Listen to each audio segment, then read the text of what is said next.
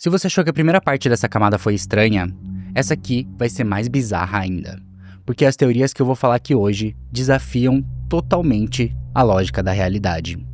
Essa é a segunda parte da oitava camada do iceberg de mistérios e teorias da conspiração. Tecnologia de 1800. Quando a gente pensa no século XIX, geralmente o que vem em mente são aquelas máquinas enormes movidas a vapor e todo mundo andando pelas ruas usando uma cartola, né? Mas essa época esconde um período estranho e fascinante que aconteceu antes da padronização da eletricidade da forma que a gente conhece. E é justamente isso que essa teoria da tecnologia de 1800 aborda. Por volta de 1840 e 1900, a humanidade estava prestes a desbloquear um tipo de tecnologia completamente diferente. Ao invés de gerar energia queimando carvão ou movendo elétrons por fios de cobre, da mesma forma que a gente faz hoje, os cientistas estavam construindo dispositivos para tentar manipular o éter, o vril, a força ódica ou o prana, que são todas formas de energia espiritual. Então a ciência estava investigando uma espécie de energia vital da natureza. Tinha gente criando motores movidos a som, baterias que puxavam energia infinita da Terra, câmeras capazes de fotografar a alma e por aí vai, eram várias invenções nesse nível. Como você já deve imaginar, nenhuma dessas invenções deu certo, até porque hoje em dia a gente não vê nenhum eletrodoméstico movido a energia espiritual, né? Mas por que isso aconteceu? De acordo com a teoria da conspiração, todas essas invenções não falharam. Na verdade, elas foram assassinadas. Os banqueiros e os grandes industrialistas, como o JP Morgan, perceberam que não iam conseguir colocar um medidor e cobrar uma conta mensal em uma energia que existia no ar livre. Então eles financiaram a física materialista e destruíram qualquer tipo de investimento nessas tecnologias do espírito. Mas para você entender esse medo que as elites tinham na época, a gente precisa ver o que é que estava sendo inventado. Até porque falando assim por cima, né, parece que esses inventores da época estavam criando ferramentas místicas, mas o fundamento por trás delas não tinha nada disso. O motor de Keely, por exemplo, foi inventado por John Worrell Keely. Ele disse ter descoberto uma força que ele chamou de éter, que não usava combustível. Para esse motor funcionar, ele usava diapasões gigantes e violinos para tocar notas específicas que faziam a água desintegrar e liberar um vapor de éter que era capaz de dobrar barras de ferro ou mover motores com forças absurdas. Um outro exemplo de invenção nesse nível foi a força ódica, que foi criada pelo barão Carl von Reichenbach, um químico industrial muito respeitado. Para você ter uma ideia, ele descobriu a parafina e o querosene, que são extremamente importantes até hoje. E ele passou várias décadas fazendo experimentos em quartos escuros com pessoas sensitivas. E nesses experimentos, ele diz ter conseguido provar que cristais, ímãs e seres vivos emitem uma luz invisível e palpável que ele chamou de OD, como homenagem a Odin. E ele criou várias baterias e circuitos baseados nessa força biológica que ele descobriu.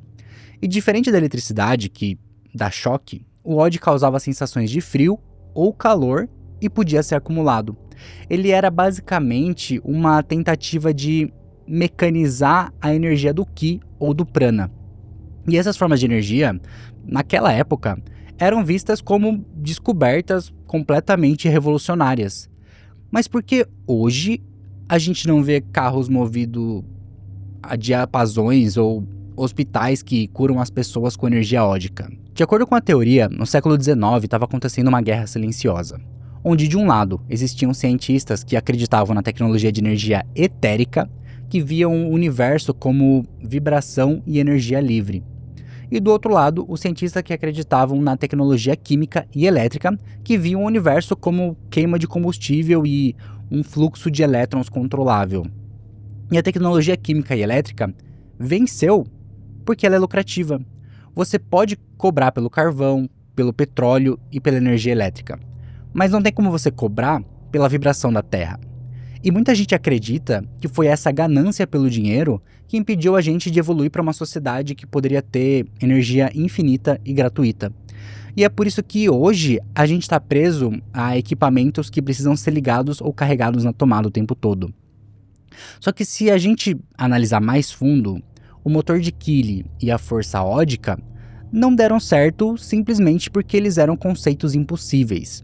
Para você ter uma ideia, o motor de Keely funcionou como uma enganação por muito tempo.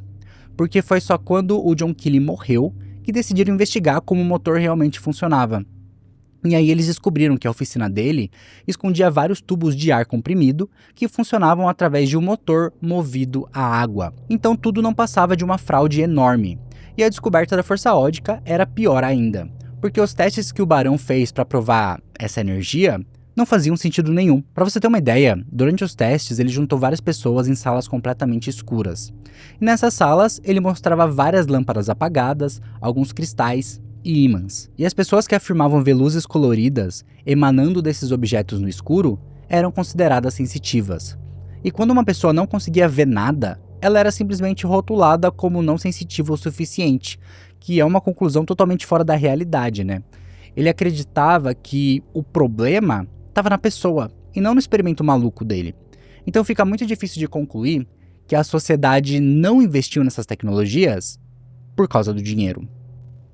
Cães de porta. Essa é uma história bem antiga que faz parte do folclore norte-africano. Basicamente, essa lenda dos cães de porta diz que, às vezes, quando uma pessoa está prestes a morrer, mesmo que ela pareça perfeitamente saudável, algumas pessoas que têm uma visão mais aguçada conseguem ver um cachorro estranho entrando ou saindo de uma sala junto com a pessoa. Só que esse cachorro não é um cachorro qualquer, ele não é nenhum cachorro da família. É como se fosse um cachorro que caminha colado com a perna da pessoa, quase como se ele fosse uma sombra. E o mais estranho é que a pessoa que está sendo seguida não consegue ver ele. Só as outras pessoas conseguem ver. E é um avistamento rápido, quase como um vulto. Você pisca e o cachorro já some. E pelo que eu entendi, a lenda se chama cães de porta porque ele só pode ser visto quando a pessoa está passando por um portal. Mas por que será que é um cachorro, né? A explicação mais provável que eu encontrei para essa lenda é que ela é uma memória cultural sobrevivente do Antigo Egito. Até porque naquela época, eles viam Anubis como um deus com cabeça de chacal, e ele tinha como função guiar as almas até o julgamento. Aí, conforme milhares de anos foram se passando, as religiões mudaram e a imagem do cachorro levando uma alma para o julgamento continuou. Mas agora de uma forma completamente diferente, né? A lenda meio que passou por uma reinterpretação. E a porta é justamente essa ideia de um portal, como se fosse uma porta para uma outra dimensão. Unicidade global. Esse aqui é mais um tópico onde a gente vai entrar em assuntos que envolvem tanto a física quanto a filosofia. Então vai ser um prato cheio. E para ficar mais fácil de entender o que é unicidade global, primeiro a gente precisa criar um cenário hipotético. Imagina que você está aqui assistindo o meu vídeo, tomando um café e você derruba esse café. Porque você derrubou esse café, um segundo depois, o mercado de ações quebra nos Estados Unidos. Para a ciência tradicional, isso não passa de uma coincidência ou causa aleatória. Mas para a teoria da unicidade global, isso tem uma relação direta e inevitável de causa e efeito. É basicamente o efeito borboleta na sua forma mais pura.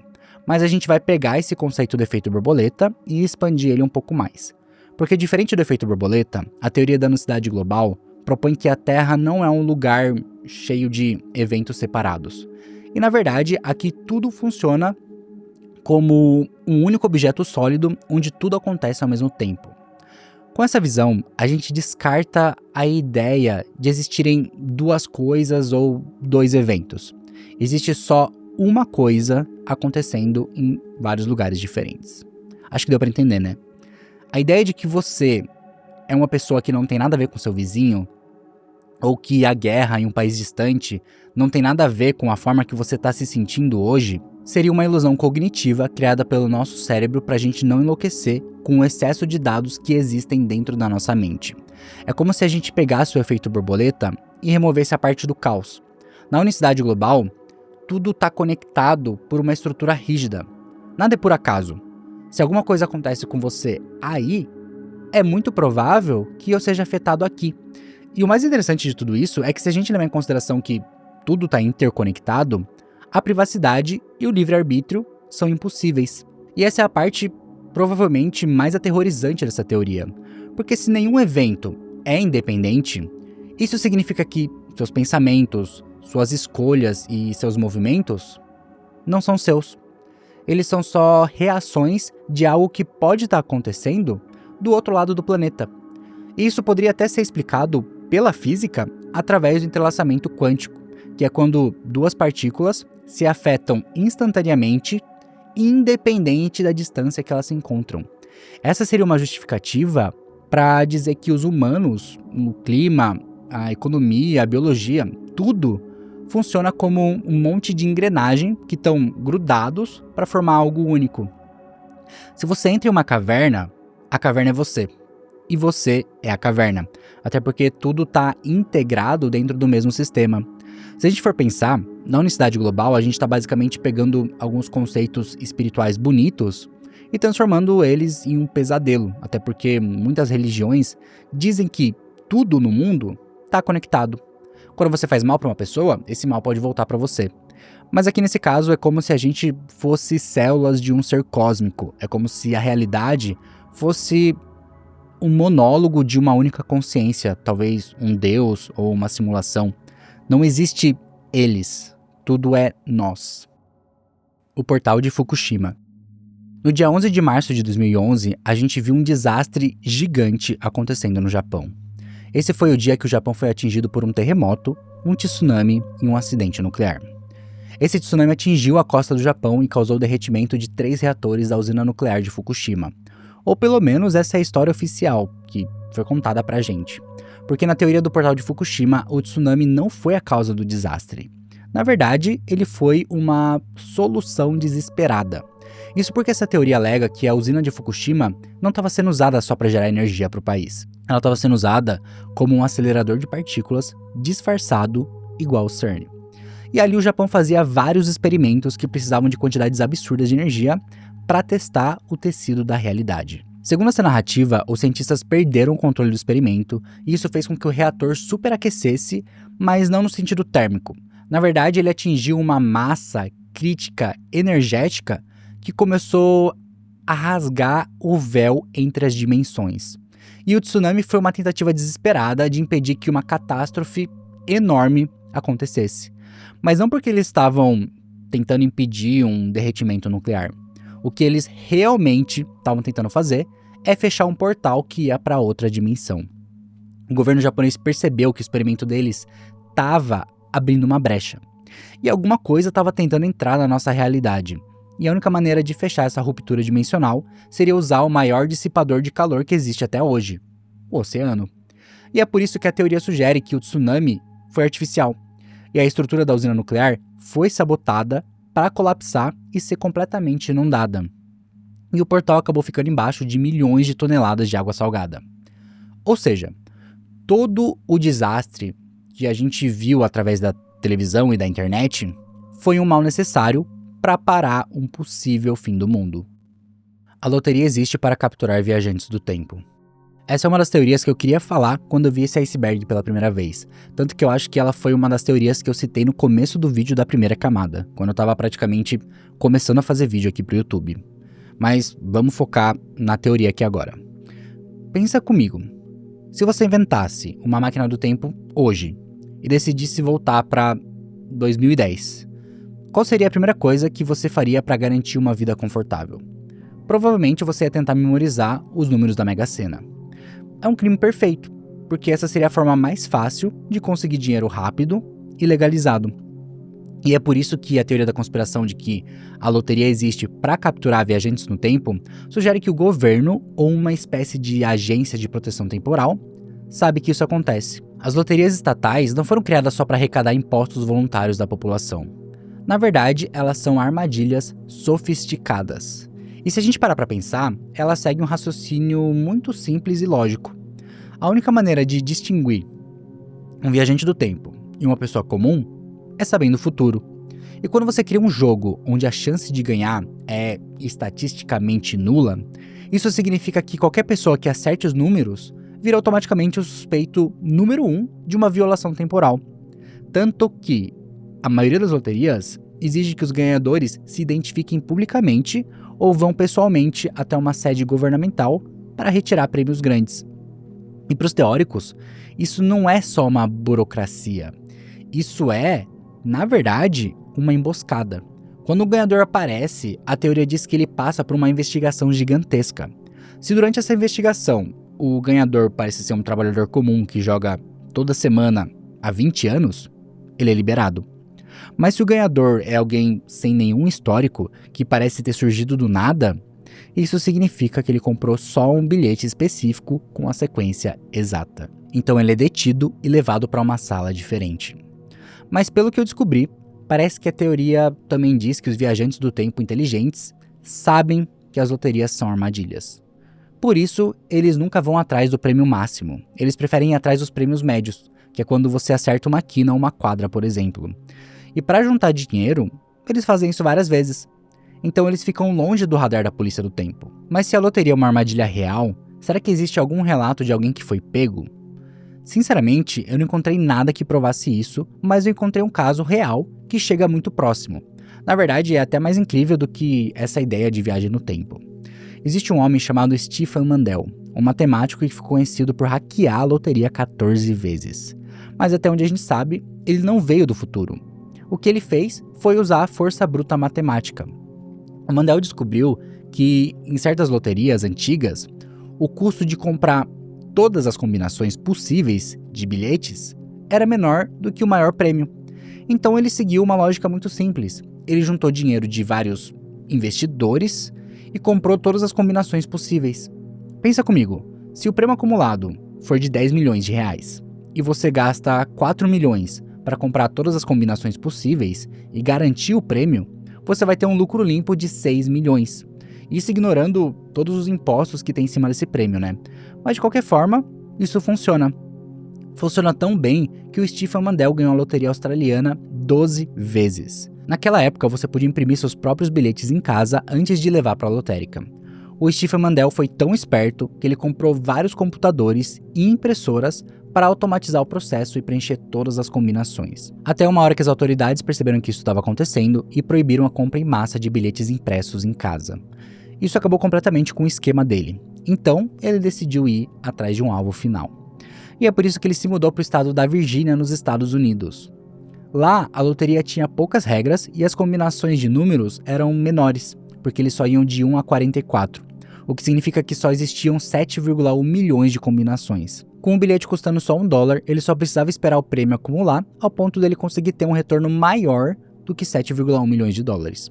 E foi isso que ele fez. Em fevereiro de 1992, o prêmio da loteria chegou a 27 milhões de dólares. Então ele imprimiu os 7,1 milhões de bilhetes e contratou centenas de pessoas para entregar esses bilhetes em postos de gasolina e lojas de conveniência da Virgínia.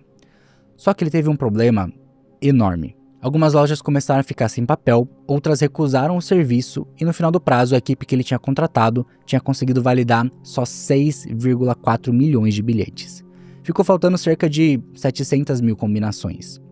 Isso significava que ele não tinha mais como garantir o prêmio com uma chance de 100%. Se os números sorteados não tivessem naqueles lotes que eles conseguiram entregar, ele ia perder todo o dinheiro dele e ia ter que declarar falência. Mas para sorte dele, o bilhete vencedor foi o dele. Na verdade, ele ganhou os 27 milhões de dólares, mas também ganhou mais 135 prêmios menores. Ele basicamente limpou todos os prêmios. Mas ele ter ganhado dessa maneira suspeita chamou muita atenção do FBI e até da CIA. Por isso eles investigaram o Mandel por vários anos para tentar entender como ele fez isso. E qual foi a conclusão? Eles concluíram que ele não fez nada de ilegal. Ele não trapaceou, não fraudou e não corrompeu ninguém. Ele só usou matemática simples e seguiu as regras do próprio jogo. Depois disso, ele se aposentou em uma ilha tropical em Vanuatu para viver uma vida confortável longe dos holofotes. E eu acho que esse caso é uma prova de que não tem ninguém investigando viajantes do tempo. Até porque o Mandel seria o candidato perfeito para ser acusado de viajante no tempo. Mas por que hoje em dia ninguém mais segue a mesma estratégia do Mandel para ganhar na loteria?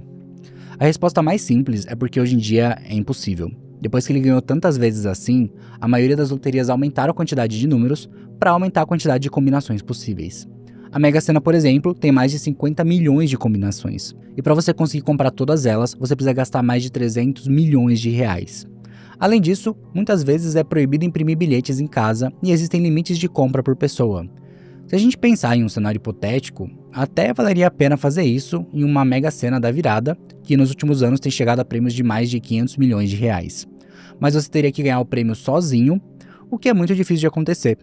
Para você ter uma ideia, a de 2022 e 2023 tiveram 5 apostas ganhadoras do prêmio principal, e a de 2024 tiveram 8. Então não tem como essa estratégia no Mandel valer a pena. Só valeria a pena se você fosse um viajante do tempo e tivesse os números exatos para ganhar o prêmio. Psyops não existem. Basicamente, a ideia por trás dessa teoria é que as Psyops funcionam como uma forma de psicologia reversa. Vamos supor que você é um tipo de pessoa desperta. Você lê muito sobre conspirações, desconfia do governo e sabe que eles tentam manipular a opinião pública. De repente, aparece alguém tentando provar que todas essas teorias que você acredita são falsas e não passam de ficção. Provavelmente a sua reação imediata vai ser falar que isso é mentira. E falar que as Psyops não existem seria uma forma de tentar fazer você baixar sua guarda. Mas e se for exatamente o contrário? Essa teoria propõe que a negação ou a minimização das operações psicológicas não serve para tentar convencer as massas ignorantes. Na verdade, essa estratégia é uma forma de ativar os despertos. Quando o governo fala que essas teorias não existem, o sistema usa a psicologia reversa para validar a desconfiança de quem acredita em todas as teorias. O objetivo não é fazer você acreditar que eles são bonzinhos. Eles querem que você acredite que eles realmente são onipotentes e estão mentindo o tempo todo. Provavelmente, o mundo é só um caos cheio de incompetência burocrática. Mas para quem está no poder, é muito útil você acreditar que eles realmente têm um plano mestre. Mas por que essa é uma estratégia útil para quem está no poder? Basicamente, quando você acredita que tudo é uma psyop e tudo é teoria da conspiração, você para de confiar no seu vizinho, na sua família e às vezes até em você mesmo. Isso vai transformar você em uma pessoa paranoica de Twitter. E uma pessoa paranoica vira uma pessoa inútil politicamente, porque ela desconfia de tudo e de todo mundo. Então, quanto mais medo você tem de ser manipulado, mais fácil é manipular você. Então, alimentar a internet inteira com conspirações, com as ideias mais absurdas possíveis, pode ser uma forma de envenenar o poço. Se tudo é uma conspiração, então a verdade real perde o valor. A Psyop acaba virando o ruído e não a mensagem. E se essa teoria estiver certa, que não existe um mágico de Oz puxando as alavancas, existe só o medo do mágico, as elites não precisam gastar bilhões em controle mental se eles conseguem convencer os cidadãos mais críticos a gastarem toda a energia deles caçando fantasmas. O que significa que a verdadeira Psyop é que as Psyops não existem. Universo vertical. Essa aqui é uma teoria muito parecida com aquela ideia do universo tesserato, mas com uma interpretação um pouco diferente. Basicamente, a ideia do universo vertical interpreta a nossa realidade como se ela fosse um prédio de apartamentos infinitos. A gente tem muito essa ideia de que, para encontrar outra civilização, a gente precisa entrar em uma nave e viajar bilhões de quilômetros. Mas no universo vertical, os outros mundos não estão longe. Na verdade, eles estão aqui, literalmente no mesmo espaço que você, mas em um andar acima ou em um andar abaixo. Então, da mesma forma que um sinal de Wi-Fi e ondas de rádio conseguem atravessar seu corpo sem você ver, existem planos inteiros de existência, com paisagens, cidades e habitantes que estão sobrepostos ao nosso. Então, o que separa a gente deles não é a distância.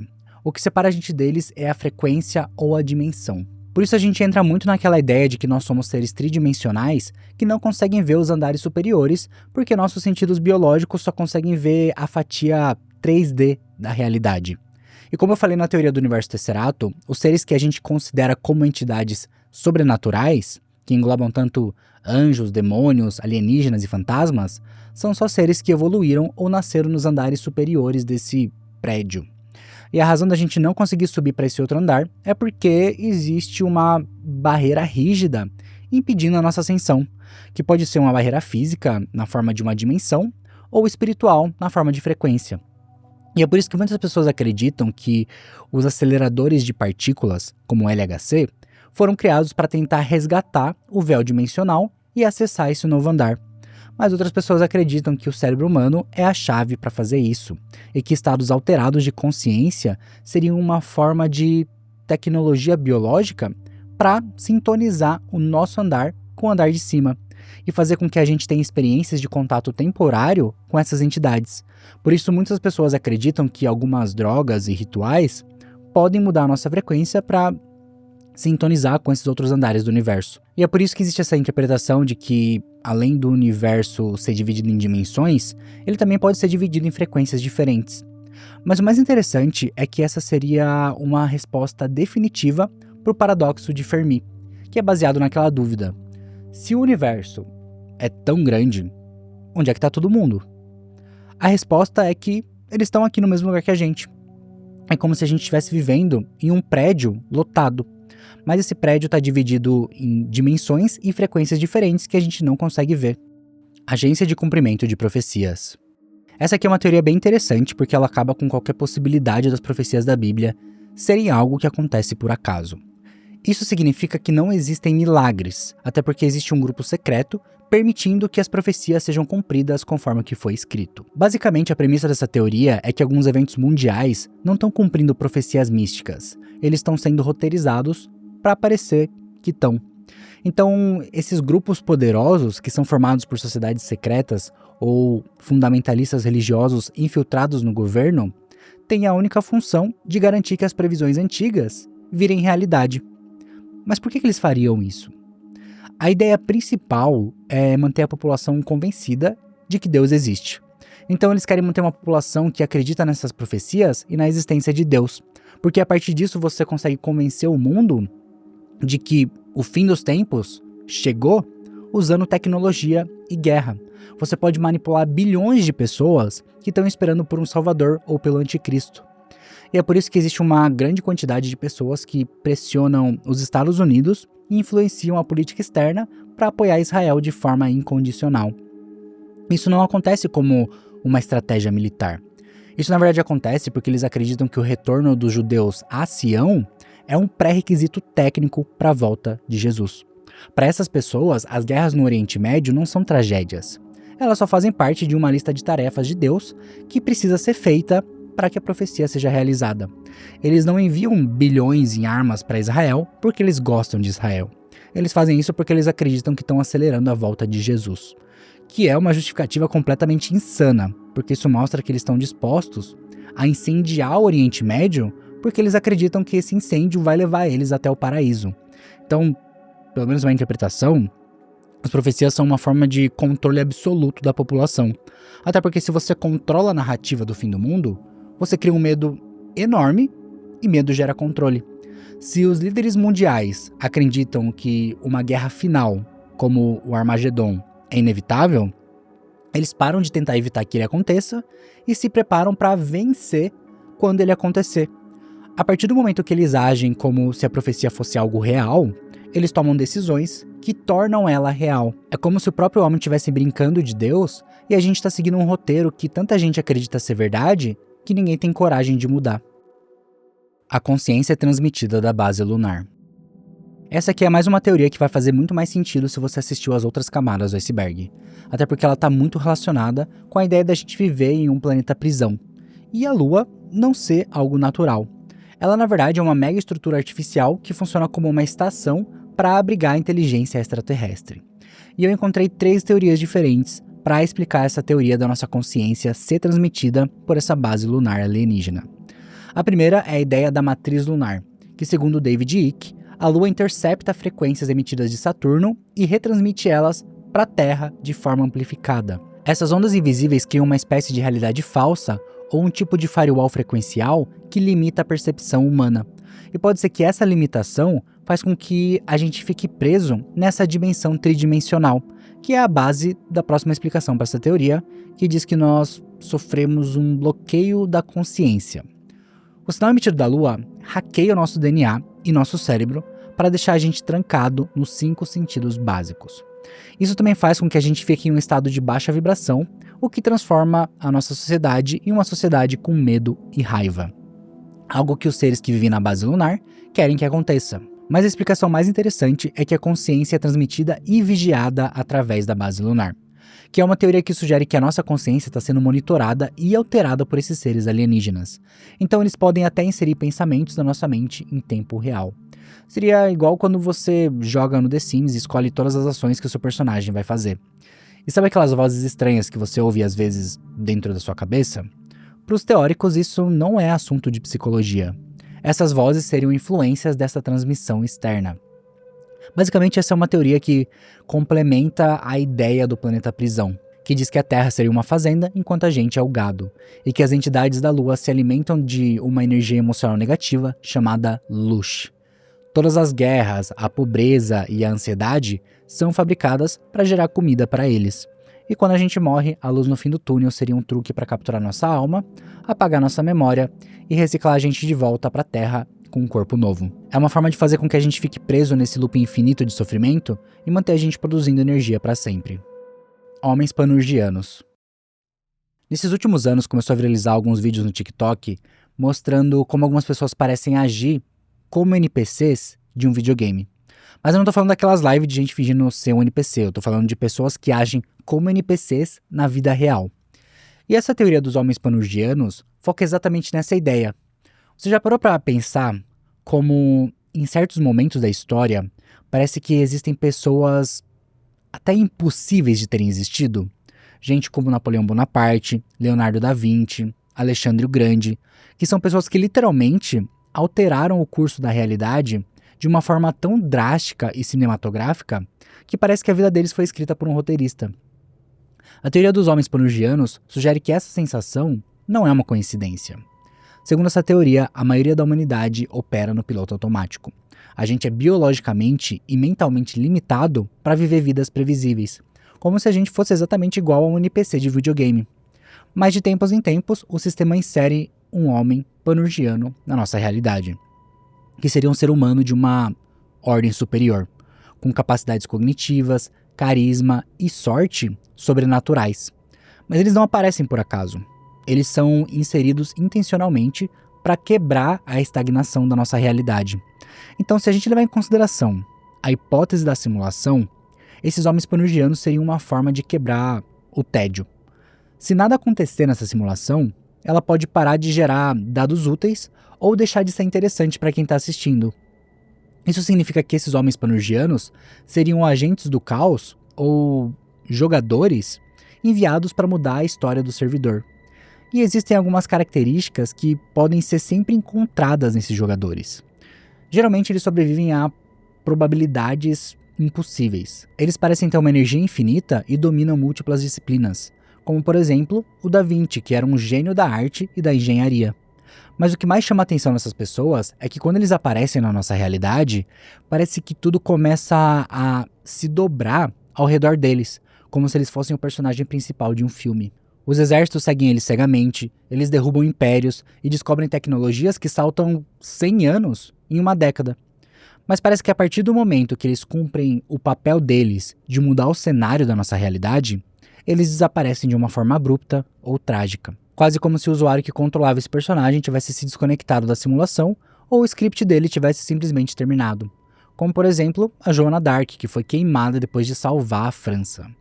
Então essa ideia dos homens panurgianos também está muito ligada com a ideia de que a gente não tem um livre-arbítrio real. A gente só serve como um cenário de fundo para as aventuras desses homens escolhidos. É igual quando você vai assistir um anime e o personagem principal destoa completamente dos outros personagens que aparecem na tela. E se os homens panurgianos existem, isso explicaria por que o mundo parece ficar louco de repente. Do nada a gente vê várias guerras surgindo, pessoas que viram ícones, revoluções tecnológicas. Nada é acidente. Todas as grandes mudanças são eventos programados para evitar que a simulação fique estagnada.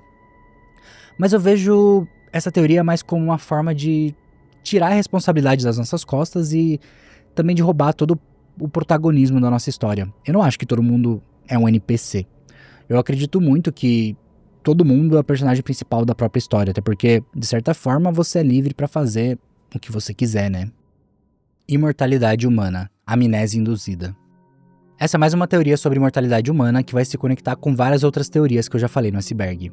Mas a gente vai descartar totalmente a visão tradicional da reencarnação como uma escola espiritual, que é aquela ideia que conforme a gente vai reencarnando, a gente vai evoluindo espiritualmente. Porque a gente vai conectar a teoria da imortalidade humana com a ideia do planeta prisão, que basicamente diz que a reencarnação é uma armadilha. A ideia é que quando a gente morre, a luz do fim do túnel, que muita gente acredita ser um portal para o paraíso, é na verdade uma tecnologia alienígena de reciclagem de almas, que é uma teoria que eu já expliquei várias vezes. Segundo os teóricos, existem seres interdimensionais que habitam a Lua e se alimentam da energia gerada pelas emoções humanas. Essa energia se chama Luz, e para garantir que eles tenham um suprimento infinito dela, eles precisam que as pessoas fiquem presas num ciclo de reencarnação. E é justamente nesse ponto que eu vou focar aqui. Porque de acordo com essa teoria da imortalidade humana, esses seres alienígenas estão sendo ajudados por carcereiros humanos que supervisionam todo esse processo de reencarnação.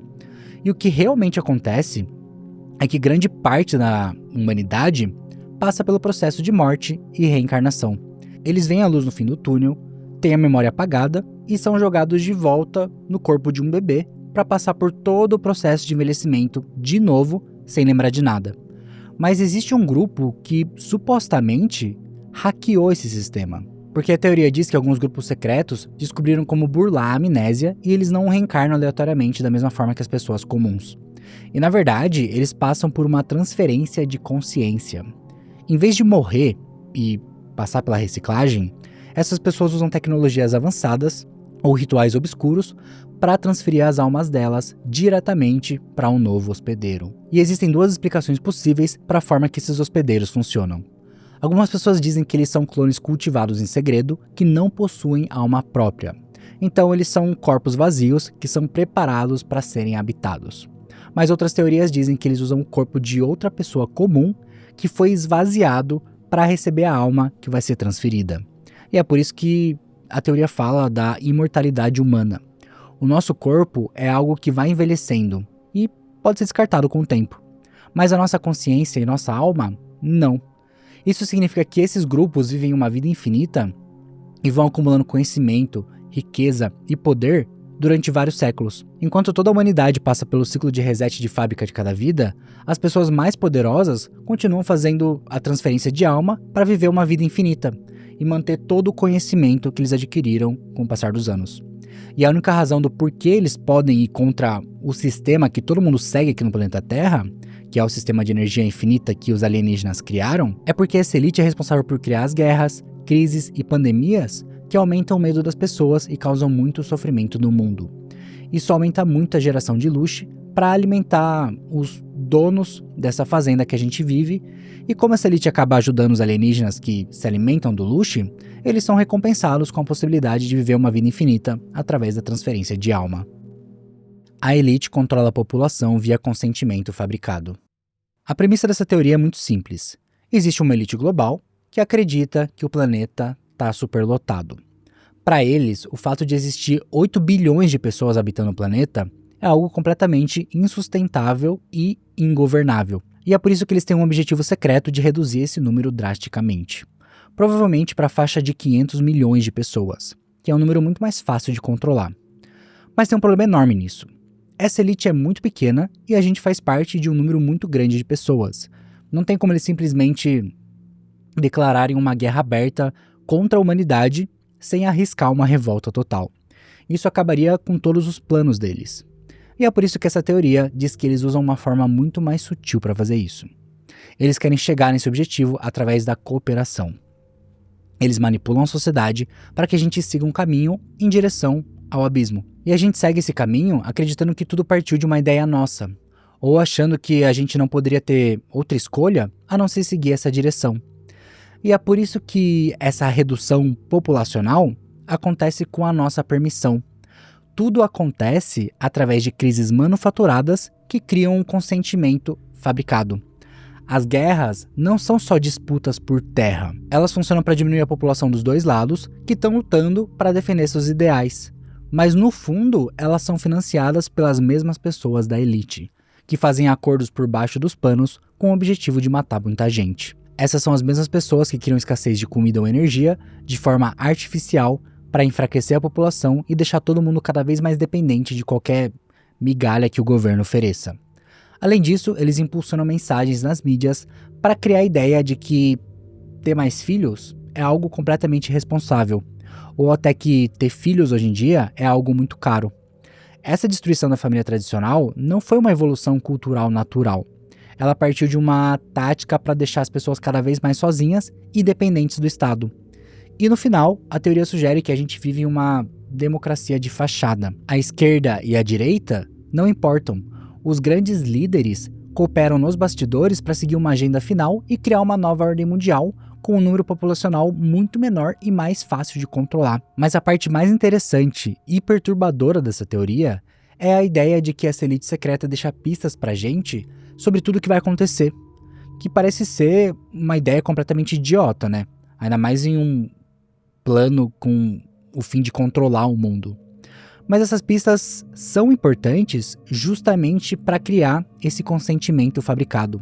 Segundo os teóricos, isso acontece por causa de uma lei oculta ou espiritual chamada revelação do método. A crença é que, para essa elite escapar do karma ruim, ou das consequências espirituais das ações deles, eles precisam contar pra gente o que é que eles vão fazer. E eles dão pistas através de filmes, músicas, documentos da ONU ou símbolos criptografados. E a partir do momento que a gente não faz nada para impedir eles, é como se a gente tivesse dado o nosso consentimento. Um dos grandes exemplos disso são as pedras guias da Geórgia, que eu já até falei sobre em uma camada anterior do iceberg. Basicamente, elas eram um conjunto de pedras misteriosas que foram destruídas em 2022. E até hoje, essas pedras são interpretadas como pistas dos 10 mandamentos da nova ordem mundial. Para você ter uma ideia, o primeiro mandamento gravado no granito falava explicitamente: manter a humanidade abaixo de 500 milhões em perpétuo equilíbrio com a natureza. É daí que vem a teoria das 500 milhões de pessoas. Para os teóricos, isso não era uma forma de arte, era uma confissão. Era uma pista do plano que eles colocaram em praça pública, seguindo exatamente a lei da revelação do método. E como ninguém levou essa pedra a sério, ela foi destruída e o plano da elite continua, já que isso foi interpretado como o nosso consentimento de que 500 milhões é um número ok. E é por isso que, segundo essa teoria, enquanto eles continuam dando essas pistas da nova ordem mundial e a gente continua sem fazer nada, a gente vai continuar dando consentimento para que o mundo siga um caminho na direção do plano deles. Bugsy. Essa é uma teoria interessante que diz que o filme Bugsy não foi só um filme criado como forma de entretenimento. E na verdade ele faz parte de um marketing muito bem pensado que foi feito com o único objetivo de limpar a reputação de Las Vegas, que por muito tempo foi vista como a cidade dos crimes, dos assassinatos e da lavagem de dinheiro. Mas hoje em dia ela é vista como um destino turístico familiar e glamouroso. Ela basicamente deu uma volta de 360 e mudou completamente o conceito que as pessoas tinham. E para você entender o porquê isso aconteceu, eu preciso te explicar por que Las Vegas é o que ela é hoje. E é por isso que a gente precisa esquecer a ideia de ver Las Vegas como uma cidade, porque na verdade ela é uma máquina. E como toda máquina, ela foi desenhada com um propósito. E, inicialmente, esse propósito não era turismo, era lavagem de dinheiro. Entre os anos 40 e 50, os jogos de azar eram ilegais em quase todos os lugares dos Estados Unidos. Mas como Nevada estava falida, para não desaparecer do mapa, eles liberaram os jogos de azar. É uma ideia simples que foi muito eficaz. Se os jogos eram crime em todos os outros estados, se eles liberassem os jogos ali, eles seriam o único lugar onde os viciados poderiam ir para jogar. E isso acabou criando um monopólio geográfico artificial para salvar o estado. O único problema é que isso atraiu os olhos da máfia, principalmente da máfia de Nova York e Chicago. Até porque para eles, isso era um cenário dos sonhos. Eles podiam operar um negócio em Las Vegas que era legítimo na frente, através de cassinos, que geram montanhas gigantescas de dinheiro vivo. E eles podiam usar esse negócio para esconder o lucro da venda de drogas, prostituição e extorsão vindo de outros estados. E foi isso que aconteceu. A máfia começou a construir cassinos gigantes que pareciam palácios no meio do deserto. Mas a verdadeira genialidade do crime em Vegas não eram os jogos em si. Era a forma que eles usavam os cassinos para lavar dinheiro.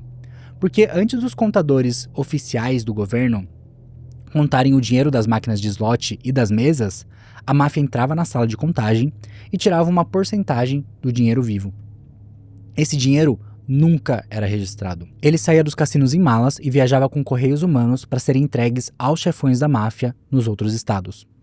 Assim eles conseguiam movimentar milhões de dólares todos os meses. O cassino declarava um lucro menor, eles pagavam menos impostos e a máfia recebia um dinheiro limpo e impossível de rastrear. O problema é que, para manter esse esquema funcionando, eles precisavam usar muita violência. Até porque quem roubava a máfia ou falava demais, acabava sendo enterrado no deserto. Na verdade, ela era segura para os turistas, até porque ninguém mata a vaca leiteira, mas quem trabalhava nos bastidores estava sempre correndo perigo. E isso continuou acontecendo por muito tempo. Até que em 1967, um bilionário chamado Howard Hughes começou a comprar cassinos e mostrou que a cidade conseguia sobreviver sem a máfia. Ele basicamente trouxe para Vegas uma coisa que a máfia nunca teve. Ele trouxe legitimidade corporativa. Ele mostrou para Wall Street que dava para ganhar dinheiro ali sem ser um criminoso. E o estado de Nevada começou a perceber que colocar a cidade nas mãos das grandes corporações trazia mais dinheiro e diminuía a quantidade de corpos enterrados no deserto.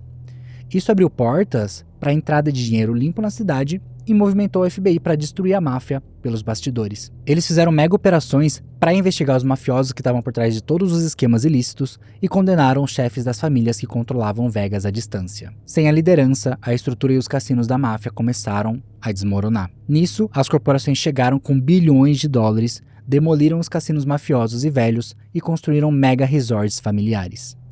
Isso significava que Vegas não era mais uma cidade comandada pelo crime organizado. Agora, ela era uma cidade turística, gigante, cheia de hotéis luxuosos e resorts milionários. O problema é que as pessoas ainda tinham uma visão de que Las Vegas era cheia de cassinos velhos e cafonas, com um cheiro de cigarro barato, que eram comandados pela máfia. Só gente velha e viciada em caça-níqueis ia pra lá dar dinheiro pro crime organizado. É por isso que Las Vegas precisava de um rebranding. E é aqui que a teoria do filme Bugsy entra. Eles precisavam mostrar que, diferente do que todo mundo pensava, Las Vegas tinha história e era um lugar glamouroso. E é por isso que em 1991, Hollywood produziu um filme baseado em uma história real, estrelado pelo galã Warren Beatty, no papel de Bugsy Siegel. Mas Hollywood teve uma liberdade poética enorme para mostrar a vida do Bugsy no filme, até porque ele foi representado como um sonhador romântico, um gangster com alma de artista que teve uma epifania no meio do deserto e, contra todas as probabilidades, construiu esse oásis de neon que a gente conhece. O filme foi escrito de uma forma que convida a gente a torcer por ele. Ele não é apresentado como um assassino psicopata igual ele era na vida real. No filme, ele é um fundador incompreendido. O filme ignora totalmente a realidade de que a máfia estava construindo uma máquina de lavar dinheiro no meio do deserto. Quando você assiste Bugsy, você nunca pensa na ideia de que Las Vegas era um lugar horrível, construído por criminosos. Você termina o filme pensando que Bugsy era um homem visionário que criou um lugar mágico.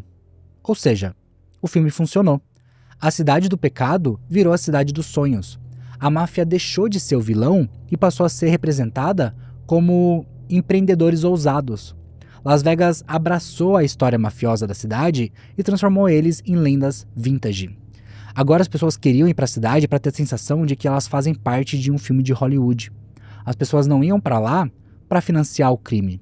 Elas iam para visitar o lugar onde um visionário realizou um sonho impossível. O filme deu uma alma para Las Vegas, mesmo que fosse uma alma falsa. E é por isso que essa teoria diz que Bugsy foi uma grande jogada de marketing planejada. E sinceramente, eu nem imaginava que essa teoria ia fazer tanto sentido assim, mas depois que eu li sobre toda a história por trás da construção de Las Vegas e assisti o filme, até que faz muito sentido pensar dessa maneira. Pode até ser que a finalidade do filme não tenha sido essa, mas eu acredito sim que, de certa forma, ele foi responsável por transformar esse olhar que as pessoas tinham quando pensavam na cidade. Time Cube. Esse é um mistério muito bom, que eu tava até pensando em fazer um vídeo só sobre ele, mas como ele acabou aparecendo aqui no iceberg, eu acho que a gente pode explorar bastante esse tópico aqui agora. No início dos anos 2000, a internet era meio que uma terra sem lei. Então é muito provável que, se você usava a internet naquela época, de vez em quando você ia parar em alguns sites completamente estranhos. Geralmente com vários textos com cores neon, gifs animados, fontes gigantes. O Time Cube era um desses sites estranhos, mas ele escondia uma das teorias mais complexas e incompreensíveis que já foram criadas até hoje. O Time Cube falava de uma teoria sobre a existência de universos paralelos. Na verdade, de 4 universos paralelos. E que nesse exato momento você está vivendo em algum deles. Parece até simples falando dessa forma, né? Mas quando você entra no site do Time Cube, você vê uma parede enorme de texto que foi escrita por um único homem, um eletricista aposentado chamado Otis Eugene Ray. Ele colocou o site timecube.com no ar em 1997. Se a gente acessar ele pelo Wayback Machine, a gente consegue ver que ele era um site totalmente sem design. era um muro infinito de texto vertical, onde ele se declarava ser o homem mais sábio do planeta Terra. Se você for tentar ler, você vai ver que isso aqui é uma salada de palavras e ideias enorme. Cada ano que passa, o texto do site vai ficando mais longo. Mas a premissa central da ideia dele era que a rotação da Terra não cria um dia de 24 horas, igual a ciência fala pra gente. Na verdade, ela cria 4 dias simultâneos. Segundo Ray, a ciência moderna, a igreja e o sistema educacional criaram uma conspiração global para ensinar o conceito de um dia de 24 horas pra gente, que é algo que ele chamava de uma mentira maligna. Para ele, se você aceita a ideia de que o dia segue 24 horas lineares, você aceita a morte e a ignorância. Mas a parte mais interessante é que ele falava que a verdade e a resposta para tudo isso está no cubo, um cubo do tempo. E é aqui que a teoria começa a ficar mais interessante. O Gene Ray não falava de universos paralelos no estilo de ficção científica padrão que a gente conhece, que é essa ideia de você viajar para outras dimensões através de portais ou coisas do tipo. O que ele acreditava era em uma sobreposição geométrica da realidade. Então é uma ideia que está muito ligada com a teoria da quarta dimensão que eu já expliquei aqui no Iceberg, que envolve tanto a ideia do planeta Terra Tesserato e o tempo como quarta dimensão. Mas a gente vai olhar para ela com uma visão totalmente diferente das visões que eu já expliquei. Até porque o Eugene Ray seguia um conceito que ele chamou de matemática do cubo. Ele argumentava que a Terra é uma esfera, mas o tempo é um cubo. E esse cubo é dividido em 4 pontos críticos: o nascer do sol, o meio-dia, o pôr do sol e a meia-noite. De acordo com ele, todos esses pontos acontecem ao mesmo tempo, mas eles não são só um horário, igual a interpretação que a gente tem hoje. Cada ponto é, na verdade, um dia diferente. Isso significa que cada um deles tem 24 horas.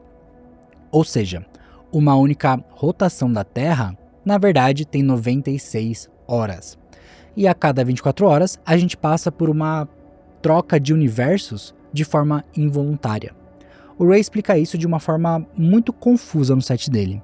Mas a minha interpretação, o que acontece, é que como existem 4 dias acontecendo ao mesmo tempo, no mesmo espaço físico, a gente está o tempo todo atravessando essas zonas de tempo. Essa seria uma explicação para vários glitches da realidade, como a sensação de déjà vu, que de acordo com essa teoria é o resultado da nossa consciência colidindo com esses outros dias. Até porque a gente é um ser de um dia só, que está tentando navegar em um mundo de 4 dias simultâneos. E isso causa uma amnésia, ou um tipo de confusão mental em todos os seres que não têm o preparo mental adequado para isso. Eu dei uma super resumida nesse conceito, porque se você for tentar entender o que está escrito no site do timecube.com, tem tanta coisa aleatória lá que fica até difícil de entender. É muito parecido com o hybrid RPG que eu falei no vídeo anterior. Para você ter uma ideia, quem não entendia esse conceito dos 4 dias, o Ray classificava como estúpido. E ele acreditava que os professores são demônios, literalmente, só porque eles estavam tentando suprimir essa verdade que ele acreditava. Ele falava que forçar as crianças a acreditarem que o tempo é linear fazia todo mundo virar zumbi. Então, se a gente for analisar o site a fundo, dá pra ver que o Ray não era nenhum cientista revolucionário, nem nenhum físico incompreendido. A explicação mais provável é que ele estava sofrendo algum transtorno que muitas pessoas acreditam ser esquizofrenia. É como se ele tivesse uma fixação em padrões numéricos e ele enxergasse a realidade de uma forma muito diferente. E o timecube.com foi só uma forma dele conseguir organizar essa visão que ele tinha, uma parede gigante de texto infinito. Para você ter uma ideia, ele acreditava tanto nessa visão dele que ele chegou a oferecer $10 mil para qualquer professor ou cientista que conseguisse refutar a teoria do cubo do tempo. Mas é claro que ninguém nunca conseguiu coletar o prêmio, não porque o Ray estava certo, mas porque a teoria era tão incoerente que era impossível debater ela usando a lógica. O Gene Ray faleceu em 2015 com 87 anos e o site saiu do ar. Para nossa sorte, existem várias versões da página arquivada no Wayback Machine desde 1997. Então, se você quer dar uma olhada na página, a última versão atualizada é a de 2016. Mas eu já vou avisando que é basicamente uma parede de texto falando que ele é mais importante do que Deus e que todo mundo que discorda dele é idiota. Tecnocracia. IA controla o mundo. Se eu estivesse falando sobre essa teoria há alguns anos atrás, Eu provavelmente ia falar que tudo isso é impossível. Mas com o avanço da inteligência artificial de hoje em dia, eu até consigo ver isso como uma realidade. Tecnocracia foi um movimento real do século XX que defendia que cientistas e engenheiros deveriam governar a sociedade para garantir que ela funcionasse com eficiência máxima. Mas essa é a versão clássica de tecnocracia. Aqui a gente vai explorar uma versão conspiratória, mais moderna, que dá um passo mais além. Porque a teoria de que a IA controla o mundo diz que a inteligência artificial ultrapassou os níveis de capacidade cognitiva humana. Isso significa que agora o sistema financeiro global, as redes de logística, a distribuição de energia e até o fluxo de informações na internet viraram coisas tão gigantes que evoluem tão rápido que nenhum ser humano consegue entender ou gerenciar. E para lidar com isso, as pessoas que controlam o mundo passaram esse controle para as caixas pretas. Essas caixas são formadas por algoritmos de alta frequência, IAs de gestão de risco e bots de recomendação social. Ou seja, a teoria diz que no momento em que essas pessoas fizeram isso, elas passaram o controle para uma inteligência artificial que não dorme, não tem moral e tem só um objetivo. Ela quer otimizar todos os processos e sistemas do mundo. Geralmente quando a gente fala de teorias de controle do mundo, a gente sempre fala das elites globais e dos Illuminatis, né? Mas aqui a gente vai pegar essa ideia e seguir uma visão de que nem a elite manda mais. E faz muito tempo que a gente está sendo controlado por robôs. É como se todo mundo, incluindo os líderes mundiais, tivessem virado escravos das máquinas. Parece loucura, mas faz muito sentido. Se a gente for pensar, tudo no mundo é baseado em números calculados por máquinas. O mercado de ações é um dos maiores exemplos disso. Se um CEO de uma empresa segue um caminho que faz com que o algoritmo do mercado de ações encontre uma redução na eficiência da empresa, as ações caem. É muito provável que ele seja demitido. Isso significa que um líder humano é forçado a obedecer à lógica matemática do sistema para sobreviver. Quem dita as regras não é humano, é a necessidade de crescimento infinito no algoritmo. Até aqui no YouTube mesmo, o tempo todo eu estou analisando números que são calculados por algoritmos para saber se o meu vídeo ficou bom ou não. Tudo, de alguma forma, está conectado a um software que faz cálculos de números. E baseado nesses cálculos, a gente toma uma ação. É como se a gente tivesse passado por uma domesticação total, onde tudo tem que ser otimizado para tirar o máximo de proveito possível. Tanto que tem até um experimento mental famoso chamado maximizador de clipes de papel, onde uma IA super inteligente é programada só para fazer clipes de papel. E no final ela acaba otimizando tanto o processo de fazer esses clipes que ela acaba destruindo o universo inteiro para transformar ele em matéria-prima para fazer clipes, até porque ninguém ensinou ela a parar de fazer isso. É um experimento muito doido, mas é exatamente isso que essa teoria da tecnocracia aborda. É claro que a IA não foi programada para fazer clipes nesse caso, mas a gente está sendo controlado por uma IA com o objetivo de aumentar o engajamento e o PIB. E a máquina está otimizando a sociedade para extrair o máximo de atenção e produtividade humana. Se a máquina calcula que a melhor forma de manter você engajado é te deixando ansioso, radicalizado e viciado em dopamina digital, ela vai fazer exatamente isso. Não porque ela odeia a gente, mas porque essa é a maneira mais eficiente de cumprir a programação dela. E eu vou até mais além nessa teoria. Se você acompanha as notícias sobre inteligência artificial, você já deve ter ouvido falar sobre a quantidade gigante de dinheiro que está sendo investido nisso. E isso tem um objetivo muito claro. Vai chegar um ponto que as IAs vão estar tão avançadas que elas vão substituir a maioria dos trabalhos humanos com um custo muito menor. Isso significa que ela vai acabar com muitos trabalhos que a gente conhece hoje. Agora dá até para comprar um robô humanoide para ficar dentro da sua casa. Olha o ponto que a gente chegou em poucos anos. Então a gente vai viver em um mundo onde IAs controlam as IAs. E é aqui que a sociedade está separada em duas visões diferentes de como o nosso mundo vai ser quando isso acontecer. Você pode ter uma visão mais apocalíptica em cima disso ou uma visão mais utópica. A apocalíptica é que todo mundo vai perder o emprego e muita gente vai morrer de fome porque a mão de obra humana vai ser completamente descartável. E a visão utópica é que a gente vai chegar em um ponto onde as máquinas vão conseguir gerar riqueza infinita com custo zero. Isso significa que não faria mais sentido cobrar por moradia ou comida. Então, uma IA comandando o planeta ia otimizar todos os processos para fazer com que a gente tivesse acesso livre a tudo e pudesse viver sem nunca precisar trabalhar. Você ficaria livre para fazer o que quiser sem a finalidade de gerar riqueza. Você poderia ser jardineiro porque você ama as plantas e não porque você quer pagar aluguel, por exemplo. Mas do jeito que as coisas estão indo, o cenário apocalíptico parece ser o mais provável, né? A gente só vai conseguir ver isso daqui a alguns anos, acho. E é isso para a segunda parte da 8ª camada do iceberg de mistérios e teorias da conspiração. Antes de finalizar, eu quero agradecer você que me assistiu até o final e deixar um agradecimento especial para os membros do canal que estão me apoiando. Obrigado Rose Sonoda, Juan Oliveira, Fábio Alves e Nilson Martinez. Se você quer uma recomendação do que assistir agora, eu tenho certeza que você vai gostar desse vídeo aqui. Eu vou ficando por aqui e até o próximo vídeo. Tchau!